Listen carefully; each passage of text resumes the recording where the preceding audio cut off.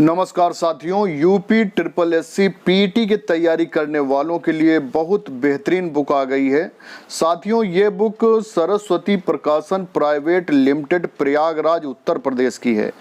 इस बुक में आपको 2100 मोस्ट इम्पॉर्टेंट क्वेश्चन दिए गए हैं और साथ में सॉल्व्ड पेपर भी दिए गए हैं। जिस तरह के प्रश्न यूपी ट्रिपल एससी पीटी में पूछे जाते हैं, पीटी का जो सिलेबस है, सभी इम्पॉर्टेंट क्वेश्चन आपको इसमें मिलेंगे।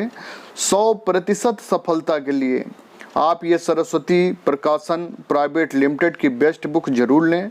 ये बुक आप निम्न तरीके से ले सकते हैं। अगर आप ऑफलाइन लेना चाहते हैं तो आप किसी भी कॉपी किताब की दुकान से आप ले सकते हैं, और अगर आप ऑनलाइन लेना चाहते हैं तो डिस्क्रिप्शन बॉक्स में नंबर दिया गया है, उस पर आप संपर्क कर सकते हैं और पेमेंट कर आप वहां से बुक बाय कर सकते हैं।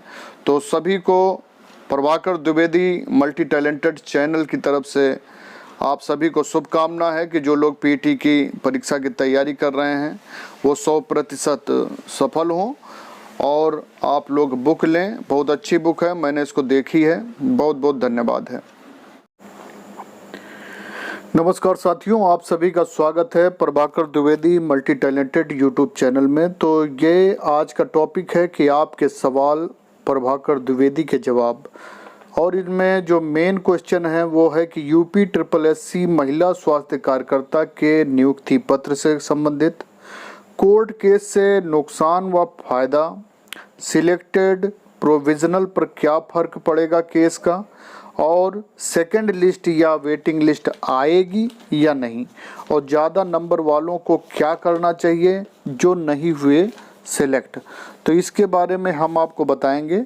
तो सबसे पहले जो इसमें क्वेश्चन लिया गया है वो ये है कि यूपी ट्रिपल एससी महिला स्वास्थ्य कार्यकर्ता का नियुक्ति पत्र जो है कब आएगा। तो आप लोगों को ये बता दें कि जैसा कि आप देख रहे हैं कि अगस्त में सबसे ज़्यादा छुट्टियां हैं। अभी 19 तारीख में जन्माष्टमी है और 21 तारीख से थोड़ा फ्री रहेंगे जब छुट्टियां नहीं होंगी।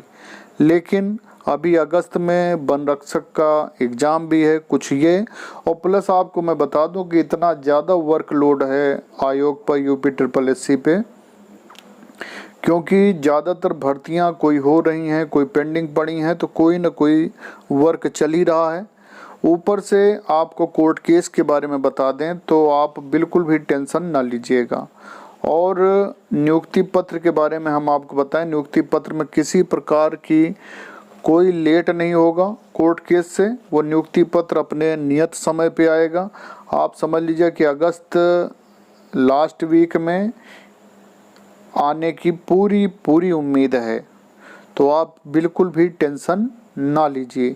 दूसरा मैं बताऊं आपको, कोर्ट केस से नुकसान व फायदा, सिलेक्टर प्रोविजनल पर क्या पड़ेगा केस का।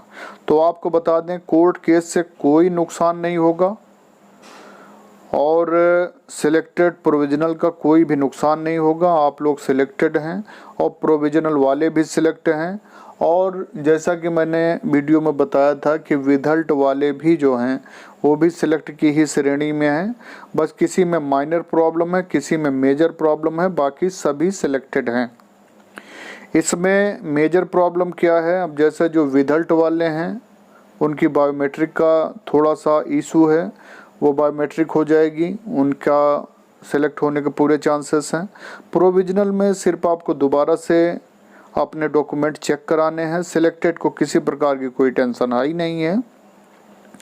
सेकंड लिस्ट या वेटिंग लिस्ट आएगी या नहीं आएगी, तो देखिए सेकंड लिस्ट या वेटिंग लिस्ट आने की कोई उम्मीद नहीं है, लेकिन 400 सीटें अभी खाली हैं। तो मैं अपने संगठन संयुक्त नर्सेस वेलफेयर एसोसिएशन की तरफ से पत्र भेजूंगा आयोग को, माननीय मुख्यमंत्री जी को भी भेजेंगे कि आप लोगों की जो खाली सीटें बची हुई हैं और जो योग्य अभ्यर्थी हैं या तो उनको मौका मिल जाएगा। क्योंकि आपको पता है कि ये जो 8000 कुछ सीटों का रिजल्ट निकला है, इनमें से सभी ज्वाइन नहीं करेंगे। कुछ लोग क्या है, हो सकता है वो पहले से कहीं नौकरी कर रहे हों, कुछ लोग अपने आप को चेक करते रहते हैं, कुछ लोगों को एग्ज़ाम देने का शौक़ रहता है, कुछ जगह जहाँ पे इनको नियुक्ति मिलेगी वहाँ की वजह से नहीं करेंगे।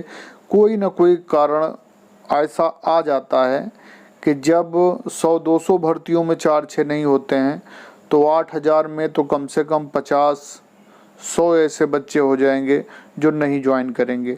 तो वो सीटें प्लस 400 सीटें लगभग जो 350 खाली हैं वो मिला के एक अच्छा नंबर हो जाएगा।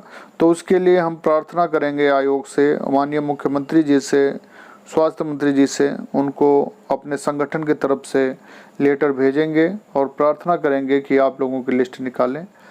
और एक चीज़ और बता दें कि ये बहुत ही मुश्किल है, ना के बराबर चांसेस रहते हैं सेकंड लिस्ट और वेटिंग लिस्ट की। ये जो सीटें खाली रह जाती हैं या बची रहती हैं, इनको आने वाली नई वैकेंसी में ऐड कर दिया जाता है, ऐसा पहले हुआ। रही कोर्ट केस की बात, तो कोर्ट केस तो एक फैशन बन गया है। हर भर्ती आने से पहले कोर्ट केस होता है, हर भर्ती ख़त्म होने के बाद कोर्ट केस होता है। बस इसमें यह है कि फ़ायदा सिर्फ वकीलों का होता है और कुछ फ़ायदा उनका हो जाता है जो मेहनत करते हैं, दौड़ भाग करते हैं। बाकी रिजल्ट कुछ नहीं निकलता है कोर्ट केस का। हाँ, ये है कि उन्हें खुशी रहती है, एक आश्वासन बना रहता है कि अभी हम फर्स्ट बेंच में हैं, फिर सेकंड बेंच में हैं, फिर हम सुप्रीम कोर्ट में हैं। और जो लोग सेलेक्ट होते हैं वो पता चला नौकरी करते करते उन्हें टाइम बीत जाता है, जो बेचारे इंतज़ार करते रहते हैं वो इंतज़ार करते रहते हैं। तो हमें सबसे यही कहना है कि आप लोग पीटी का फॉर्म भरा हो तो तैयारी करें, अगली भर्ती आएगी। बाकी एक बात और मैं कोर्ट केस से बता दूं कि कोर्ट केस का लाभ सिर्फ उनको नहीं मिलेगा जिन्होंने कोर्ट केस किया है। कोर्ट केस में अगर लाभ किसी का होता है तो आप सेम डिसीजन जो होता है उसी के बिहाफ पे आप उसमें अपनी उसी के ऑर्डर के बिहाफ पे आप केस कर सकते हैं और वो बहुत ही कम पैसे में हो जाता है। आप अपनी फाइल कनेक्ट करवा सकते हैं, उसके कई सिस्टम हैं, तो उसमें किसी प्रकार की परेशानी वाली बात नहीं। कल के अगर किसी को फ़ायदा मिलता भी है तो वो फ़ायदा आपको भी मिल जाएगा। ऐसा नहीं है कि आप अगर केस में आपका नाम नहीं है तो नुकसान होगा। कोर्ट केस में लोग इसलिए चाहते हैं कि अधिक से अधिक लोग हो जाएं, क्योंकि अधिक से अधिक लोग रहते हैं तो वकील को लाभ मिलता है, जो लोग कराते हैं उन्हें कुछ लाभ मिल जाता है।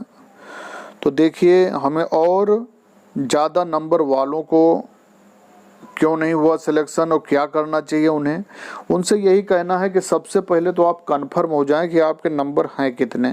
क्योंकि अमूमन क्या है, मान लीजिए आपने 80 क्वेश्चन कर रखे हैं या 60 क्वेश्चन कर रखे हैं, तो उनमें होता कि आप सिर्फ क्वेश्चन देखते हैं और ये नहीं सोचते कि अगर इनमें 4 क्वेश्चन गलत हो गए तो आपका 1 नंबर कट जाएगा। अमूमन यही होता है कि पता चलता है आदमी जो क्वेश्चन गलत हैं उनके बारे में ये नहीं सोचता कि इतने गलत क्वेश्चन जब कटेंगे तो हमारे इतने नंबर कट जाएंगे, क्योंकि आपको पता है माइनस मार्किंग का बहुत नुकसान होता है। तो आप एक बार फाइनली अपने नंबर चेक कर लें। जब आपको लगे कि हाँ आप काबिल हैं तो आप करिए। देखिए, हर व्यक्ति को करना चाहिए, लड़ना चाहिए, लेकिन बिना सोचे विचारे नहीं लड़ना चाहिए, क्योंकि देखिए समय है, आपको बर्बाद नहीं करना है। आप अपनी तैयारी करिए आगे के लिए। बाकी मेरी सभी को शुभकामना है, जो सेलेक्ट हुए हैं, जो प्रोविज़नल हैं, जो विदल्ट हुए हैं, सभी कामयाब हों। और जिनका नहीं हुआ, आपको अगर 100% आप श्योर हैं कि हाँ आप काबिल हैं, आपके साथ अन्याय हुआ है, आपको नियुक्ति पत्र मिलना चाहिए था, आपका सिलेक्टेड में प्रोविज़नल में नाम आना चाहिए था, ऐसा अगर आपको लगता है तो आप कोर्ट केस जा सकते हैं। और सबसे बड़ी बात है, जाने का कोई फ़ायदा नहीं। लोग जो गए हैं, अब अगर कोई भी केस करेगा तो सभी फाइलें एक ही में कनेक्ट होंगी और सभी को एक ही आर्डर मिलेगा जो एक फाइल में मिलेगा। और ये भी बताएं, अगर एक में आर्डर हुआ तो वही आर्डर लगा के आप अपने मुकदमे में बाद में 1 दिन के अंदर जो है वही आर्डर आप पा सकते हैं अगर आप चाहें तो। ये जो मैं बातें बता रहा हूँ, आप किसी भी वकील से आप सलाह ले सकते हैं। और मैं आपको बता दूं कि मैं भी प्रभाकर द्विवेदी LLB LLM हूँ। मुझे भी पता है कानून क्या होता है, कोर्ट केस से क्या फ़ायदा हो सकता है, क्या नुकसान हो सकता है। मैं भी GNM हूँ, LLB LLM हूँ। तो आपको मैंने कभी नहीं कहा कि कोर्ट केस करिए। तो देखिए, यदि आप चाहते हैं बाकी और भी कोई अपडेट आएगी तो जो भी हमसे हेल्प होगी आपकी हम करेंगे। और यही नहीं, आपकी ज्वाइनिंग के बाद भी कभी हमारी आवश्यकता जब भी पड़े आप हमें याद करेंगे, हम हमेशा हाजिर मिलेंगे। बहुत बहुत धन्यवाद। आप चाहे कोई आपसे मेरा लाभ हो या ना हो, मुझे इसकी कोई चिंता नहीं है। हम निस्वार्थ सेवा करते हैं और करते रहेंगे। बहुत बहुत धन्यवाद।